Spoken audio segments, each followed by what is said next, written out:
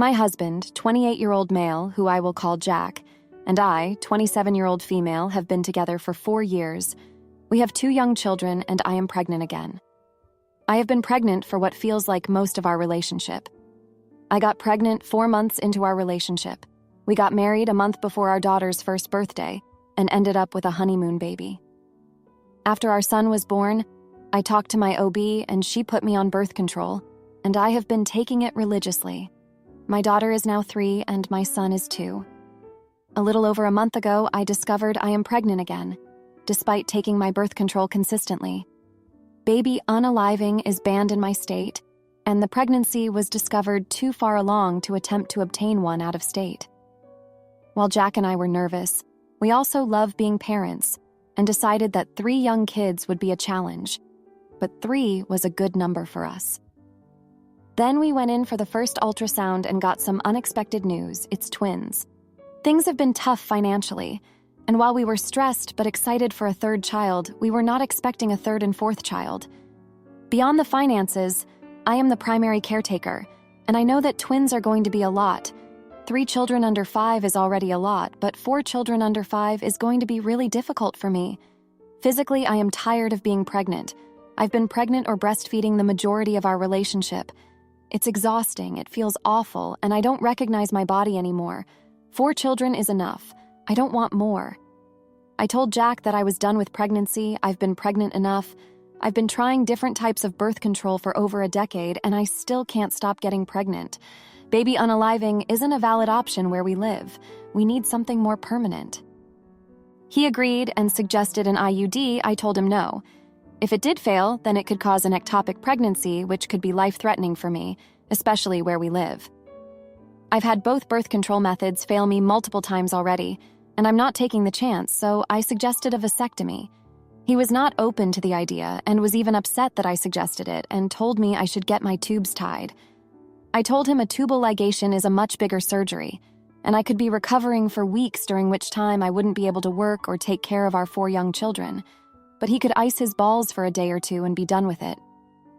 He told me that not getting pregnant was ultimately my responsibility, and topped it off by saying, "That's what your body, your choice means your body, so you choose."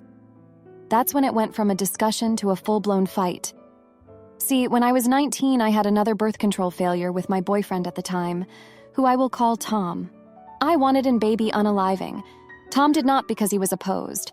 I told him I was getting the baby unaliving since it was my body and my choice, and Tom said some horrible things to me, including threatening me. I broke up with him and got the baby unaliving. In response, Tom ended up following me one night and attacking me. I don't want to go into detail, but it was horrible. And he ended up going to prison for a number of charges related to the attack. Not only do I have a number of scars and some long-lasting physical effects, but I have PTSD as well. Jack knows about my history and diagnosis and has known from the beginning. I have a pretty prominent facial scar, so I was upfront about it early on in our dating. Jack always presented himself as very pro-choice, so I was shocked that he would say that. I got really emotional and started crying and shouting, and it turned into a full-blown fight. Eventually, I said that birth control is a 2-way street, and so far I've been the only one managing it, and he said, "And now we have 2 kids and 2 more coming, great job." I told him he sounded like Tom, and he got super pissed. Basically said, "How dare you compare me to him, and maybe he might want kids one day with someone who doesn't compare him to her criminal ex-boyfriend." I was stunned and horrified. I said, "Well then, let's not waste any freaking time." Then packed up myself and the kids and drove to my parents' place. It's been about a week since the fight. I've spoken with Jack a few times, and he has since apologized and said he was out of line and was speaking from a place of anxiety after finding out about the twins, but also that I said things that were out of line, and it was wrong of me to insist he undergo a medical procedure. He said that we can move on from the things I said, and that he wants to see his children and be a family again. I told him no, that I didn't want to move on from the things he said to me. I can't just get over that, and I think we need space apart. Jack was upset by this, and while we talked, I brought up getting a separation agreement to manage custody and finances while we figure things out. He did not like this suggestion, said we didn't need to involve the courts in this. I haven't told a lot of people about what's happening, but my family and a couple of close friends. My sister and best friend both think I should leave Jack, but my brother, who is the only other one married with kids, thinks that I'm being extreme for what sums up to a fight between two scared people who both said nasty things. My mom is trying to be supportive, but is occasionally reminding me that I don't want to be a single mother of 4, and telling me not to let my PTSD drive my decisions. While my dad is being completely unhelpful, he thinks jokes are helpful, like calling me doorknob because I can't stop getting knocked up, telling me to let the overheating real knee slappers. I don't know what to do. My kids are happy to be at Grandma and Grandpa's house, but they miss their daddy. I'm 4 months pregnant and already uncomfortable as hell. I wish I could go back to being a happy little family, but I'm so hung up on the things he said in that fight. Am I destroying my family over one bad night? Am I being unreasonable for asking my husband to get a vasectomy? Edit. I've noticed a lot of people recommending condoms. I have gotten pregnant with condoms twice. Our second child and my first pregnancy were both conceived using condoms properly, correct fit put on correctly, single use, not expired, no breaks, etc. I do not trust condoms enough to not fail a third time. I know the failure rate is supposedly small, but it's not personally small enough for me. Edit to the edit, I'm sorry, I didn't expect so many comments so fast, and I can't keep up with them. By the first pregnancy, I mean the pregnancy with Tom. With Jack, I was on the patch when I got pregnant with our daughter, condoms with our son, and the pill with the twins. So far, I haven't ever suspected that Jack has tampered with our birth control, and always presumed that I'm a fertile myrtle. I recognize the comments and just want people to know I'm seeing the suggestion. I'm not dismissing it, but the thought of it is deeply upsetting and has provoked a lot of anxiety. I just wanted to make it clear that if the suggestion is only based on the condoms, that the condom pregnancies were with 2 different partners. While I know I always used condoms properly with Tom, I do believe that Tom could have been fully capable of sabotaging the condoms. Now, for a few comments before the update, comment 1. Okay, so if he isn't willing to take his part in birth control, then your new method is abstinence, since that's the only method that is 100% effective if you choose to stay. If you stay, y'all need therapy, and he needs to help more with the kids, and not just let it fall on you all the time. Comment 2. Not the idiot. My husband volunteered to get a vasectomy when we were done having kids. He doesn't want me to go through any surgeries that could affect me hormonally or emotionally. Edit. I was referring to hysterectomy and tubal ligation. Now, for the update. Hey everyone, it's been a hectic couple of weeks since my last post. Thanks for all the support and advice. I'll jump right into what's been going on. After staying at my parents' for a week, I decided to go back home and try to work things out with Jack. The kids were really missing him, and I thought maybe we could move past the fight. When I got there, Jack was super apologetic and said he wanted to make things right. He even suggested couples therapy, which surprised me. I agreed, and we found a therapist who could see us right away. The first session was intense. We both aired out a lot of built-up frustrations and fears. Jack admitted that the thought of twins was overwhelming him financially, and he lashed out. I explained how his comment triggered my PTSD from what happened with Tom. The therapist helped us see each other's perspectives, and we left feeling hopeful. But then, a few days later, I stumbled across something shocking while doing laundry. An empty box of condoms hidden in the back of Jack's sock drawer. We haven't used condoms in years since I've been on other birth control. When I confronted him, he broke down and confessed that he had been poking holes in the condoms back when we were using them, before I got on the pill. He said he was desperate to keep me from leaving him like I left Tom. I was stunned. The betrayal cut so deep. He intentionally got me pregnant twice without my consent. Suddenly, his "your body, your choice" comment felt even more sinister. I couldn't even look at him. I grabbed the kids and went straight back to my parents, telling him we were done. The next day, still reeling, I called up my old college roommate, Sarah. She had been my rock after the attack. As I filled her in, she reminded me of something I had completely blocked out. During that time, Jack and I had briefly broken up.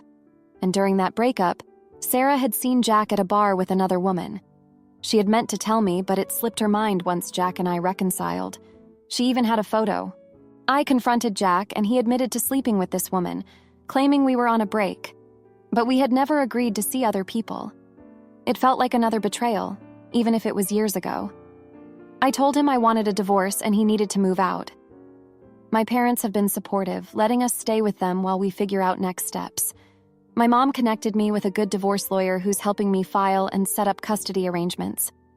Jack is still pushing back on moving out and keeps asking to see the kids. I'm letting him, but only at my parents' house with supervision. I don't trust him alone with them right now. Emotionally, I'm a wreck. Some days I'm furious, others I just cry. I thought I knew Jack. Now I feel like our whole relationship was built on lies. I worry about him fighting me for custody once the twins are born. The stress isn't good for the pregnancy. I started seeing a therapist on my own to work through everything. She's been helping me focus on myself and the kids. I've been journaling a lot, working on my art again, little things to center myself. The kids are struggling with the change, but we're muddling through together. I know I have some hard roads ahead, but I'm taking it day by day. This wasn't the life I pictured, but I know the kids and I will be okay. We have to be. Thanks for letting me vent, everyone. It helps to get it out. I'll keep you posted. My pregnant wife needed me by her side, but her sister demanded babysitting, so I brought the best physical therapist home and showed who truly cares for family. So my wife is currently 39 weeks pregnant, and her mother flew in to be a part of the birth and help with the baby for a month. After 2 days of arriving, she suffered a pretty major stroke. Luckily, I caught the stroke early. She thought she may have food poisoning and rushed her to the hospital. She received care within 2 minutes. I told the ER staff she was having a stroke. She is now in the neurotrauma ICU and is slowly recovering. I have driven with my wife every day to be by her side. She receives physical and speech therapy every morning, and that is usually when the doctors make their rounds and give crucial information, and my wife wants to be there for it. The issue is that her sister-in-law also wants to be there. However, the sister-in-law has 2 children and a husband who works. I guess her husband doesn't want to or can't take off, so she has been hounding my wife to babysit her children. My wife and I have both expressed several times that we can't watch the kids because she also wants to be there in the morning. I would normally offer to just babysit myself and my wife could go to the hospital, but she is 39 weeks pregnant and could go into labor. Now the first incident happens over the phone. The sister-in-law throws a fit and is constantly saying that we are being inconsiderate and don't want to help her out, etc. I explain that that isn't fair to her sister, and she tells me to stop arguing with her. I tell her she isn't the one in control, and she hangs up the phone. She is cold and irritable with me all day at the hospital when she arrives. Well, today the situation finally came to a head. My wife and I show up at 8 a.m., and the sister-in-law shows up shortly after. I use the restroom, and when I come back, I walk in on the sister-in-law pretty much chewing my wife out in front of the mom, saying things like, "It's your fault my husband has to miss work," etc. So I jump in and pretty loudly say that her children are not my problem. She is self-centered, and this isn't all about her. She ends up crying and storming out of the hospital and just going home. Now my wife is pissed at me and saying that I didn't need to do that in this situation. The sister-in-law has said other disgusting, entitled nonsense as well, such as when we were discussing out-of-hospital physical therapy, the sister-in-law interrupts the doctor and asks, "Which one is closest? I have 2 kids to take care of. I can't drive that far." At this point, I am having the mother brought to our house for care, and I will be transporting her to the best physical therapist. The thing is, though, I have never been the aggressor. I am simply setting boundaries. So what do you think, Reddit? Am I the idiot for this? Update. So the next day, the sister-in-law has now called her dad and my wife's best friend, crying and complaining that we are not considerate. She is currently not speaking to us. Now, for a few comments before the update. Comment 1, not the idiot. 1, you were defending your wife, who seems to take sister-in-law's garbage because she's used to it. 2, sister-in-law was the one that started something in front of mother-in-law. 3, if wife wants to be angry, she needs to point it at the instigator, SIL. My guess is she's angry at you because she knows you're a safe target to be angry at and won't take it out on her, unlike sister-in-law. Comment 2, good job, shine up that spine and set those boundaries. Show your wife this thread. She is a lucky lady. Having a strong man by your side when trauma and drama happen is every woman's dream. Sometimes, strong women don't see it in the moment, but appreciate it after the dust settles.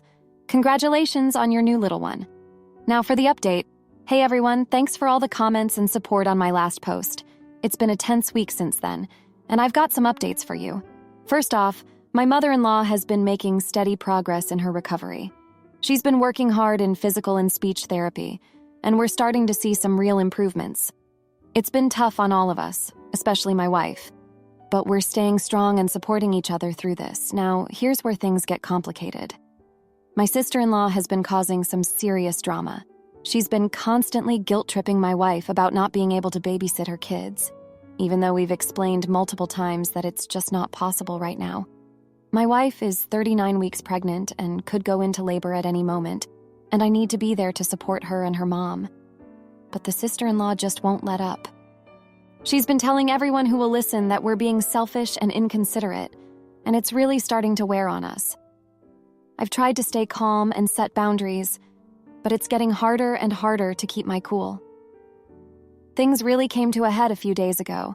We were at the hospital, and I stepped out to use the restroom. When I came back, I found the sister-in-law laying into my wife, blaming her for her husband having to miss work and all sorts of other nonsense.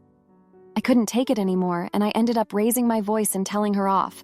She ran out of the room crying, and now my wife is upset with me for causing a scene. But here's the thing. This isn't the first time the sister-in-law has pulled something like this. When we were discussing out-of-hospital physical therapy options with the doctor, she had the nerve to interrupt and ask which one was closest because she has 2 kids to take care of and can't drive that far. It's like she thinks the whole world revolves around her and her convenience. I've decided to have my mother-in-law brought to our house for care, and I'll be taking her to the best physical therapist we can find. I know it's going to be a lot of work, but it's the right thing to do. I just wish the sister-in-law could see that and stop making everything about herself. But wait, there's more. Apparently, the sister-in-law has been calling up my wife's dad and best friend, crying and complaining about how we're not being considerate. She's even gone so far as to stop speaking to us altogether. It's like she's trying to turn everyone against us, and it's just adding to the stress of an already difficult situation. I'm trying my best to stay strong for my wife and her mom, but it's not easy. I feel like I'm constantly walking on eggshells, trying not to set off the sister-in-law's next tantrum. But at the same time, I know I need to stand up for what's right and not let her steamroll us. Looking back, I can't help but wonder if there's more to the sister-in-law's behavior than meets the eye. I remember when we first got married, she seemed to have a bit of a jealous streak. She would make little comments here and there about how my wife always got more attention from their parents, or how she wished she could have a big fancy wedding like ours. At the time, I just brushed it off as normal sibling rivalry, but now I'm starting to wonder if there's some deeper resentment there. Anyway, that's where things stand now. My mother-in-law is slowly but surely recovering. My wife is ready to pop any day now, and the sister-in-law is still causing drama. It's not the happily ever after I was hoping for, but I guess that's just how life goes sometimes. Thanks for listening, everyone. It helps to know we've got some support out there. My bio dad shows up after years in prison, expecting to walk me down the aisle. But I choose the man who was actually there for me and watch him crumble as I honor the dad who earned it. As far back as I, 30-years-old female, can remember, my mom had been a complete mess. When I was 4, our dad went to prison for fraud and drug-related charges. My mom decided she didn't want to raise 3 kids on her own and dumped us on my grandparents, and left town. Luckily, my grandparents took great care of us, me, my younger sister Lucille, and our older brother Max. My grandparents didn't have much money because they were on a fixed income and in debt from digging our mom out of her messes. I don't remember much of that time, but I do know we were loved and well taken care of. 1 year later, Mom came back to town and she had a new husband in tow. She claimed she had changed and begged us kids to forgive her. Her new husband, Danielle, was a quiet, well-spoken man. She seemed to have improved under his good influence, so our grandparents released us back to our mom and Danielle. Let me just state here for the record that Danielle is the man I consider my real dad. He provided for us and really took care of us and spent time with us. He brought my brother Max to all his hockey games. He built a treehouse for Lucille. He taught me how to play instruments and bought me my first guitar. Danielle had inherited property from his parents, so he was a landlord and property manager, so we lived very comfortably. We had a happy and stable life for 4 years, until Mom cheated on Danielle and ran off with her coworker. We went back to live with our grandparents. However, Danielle didn't abandon us even after he divorced Mom in absentia. He still provided for us and came over often to our grandparents' place to spend time with us. Grandma and Grandpa loved him, so he was always welcome. My grandpa died when I was 13, and Grandma could not afford the mortgage on her own. So Danielle moved us and Grandma into one of his properties for free. When my brother Max and I went off to college, Danielle insisted on paying for us. Our mom did reappear in our lives once more, this time with another husband. I was already away at college at the time, so I didn't really get to know him. But from what I heard from my sister Lucille and Grandma, the new guy Bert was a decent and stabilizing influence on my mom. Danielle still continued to keep in touch with all 3 of us kids, but Bert wasn't very happy about it because he saw us as his stepkids. Still, I didn't care. Danielle has always been the only father figure in my life, and I always treated him as my real dad. I know my siblings felt the same way. In my last year of college, our mom passed away from an accidental overdose. I was wrestling with a lot of sadness and guilt at the time, primarily because I felt sad, but not that sad. We were definitely much more devastated when Grandpa died. At her funeral, a strange man showed up who looked almost like an older, identical version of my brother. It was our biological dad, Henry, who had been out from prison and rehab for years. He'd heard from a high school friend that Mom had passed. We found out later that he had tried several times to write letters to us, but it seemed that Mom intercepted them and threw them away. At first, we didn't believe him, but when we returned to the old house that used to belong to our grandparents, the new owners told us they had been receiving letters from prison, but since they didn't know our address, they simply returned them to sender. Henry was devastated that our mom kept him from having a relationship with us. He asked if we could spend time together now and make up for lost time. For the next few years, my siblings and I did go for the occasional meal with him, but not as often as we met Danielle. We would all meet at Grandma's house for family dinner every weekend. I know my bio dad was sad when he found out we were closer to someone who isn't biologically related to us, but Danielle is our dad, no doubts about it. Anyway, I'm getting married in 3 months, and one of the first things I'd done was to ask Danielle to walk me down the aisle and give me away at my wedding. He broke down crying when I asked him, and of course said yes. However, Henry found out when he got the wedding invite, and he mentioned to Grandma that he was happy he had repaired relationships with his kids in time to give one of them away at her wedding. Grandma spilled the news that I had already asked Danielle, and Henry totally lost his shoot. He came to my house to confront me, asking me how I could do this to hurt him after everything our mom already put him through. I tried to explain things to him, and it got so heated until my fiancé had to step in and ask him to leave the property. The neighbors even called the cops. Since then, I've been getting all sorts of angry, hurt texts from Henry.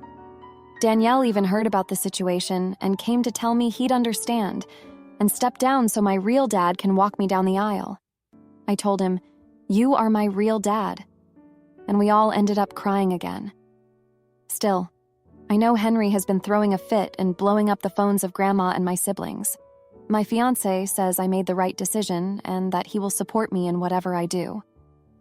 At the wedding shower, I did get some snide comments from my relatives about how I'm choosing a stranger over my own flesh and blood.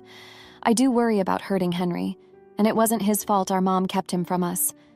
However, I will still stick to Danielle as my choice to give me away at the wedding. Am I the idiot for choosing him over my bio dad?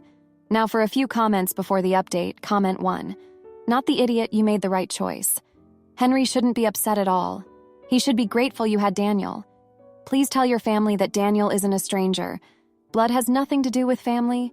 Family is the loving relationships that you choose to foster.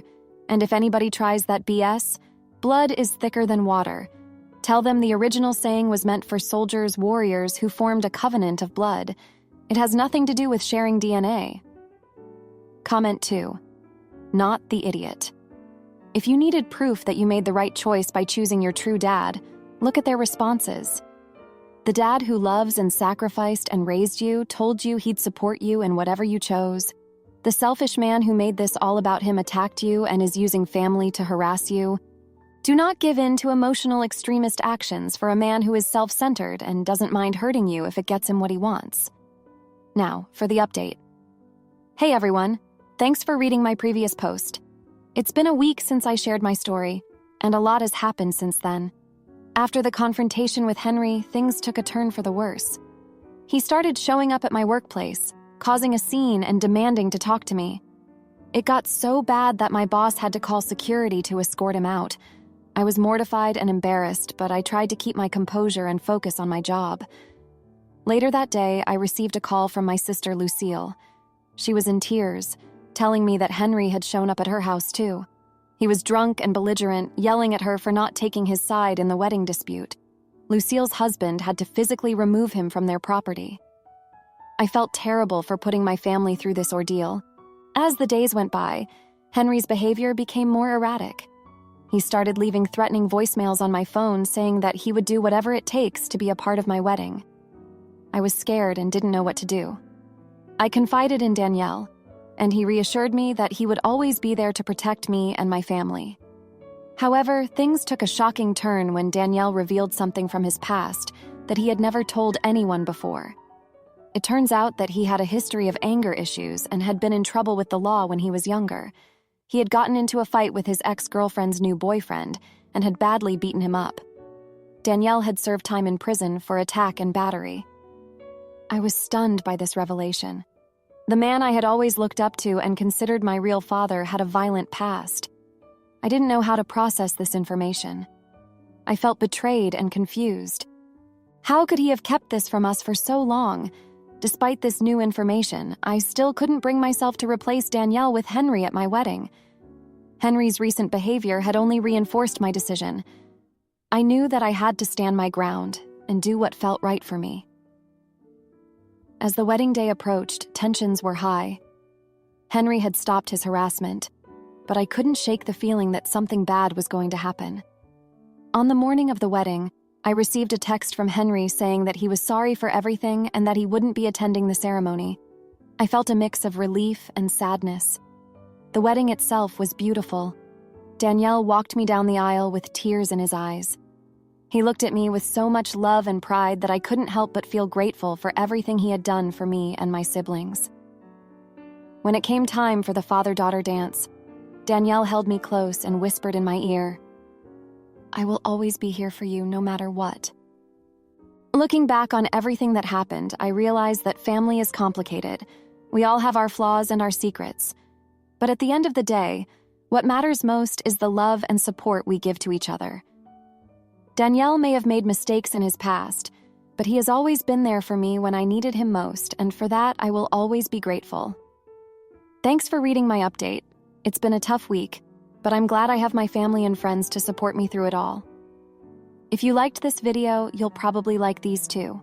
Also, while you're here, please consider subscribing. It's your support that keeps this channel alive and allows me to make better and longer videos. Have a great day.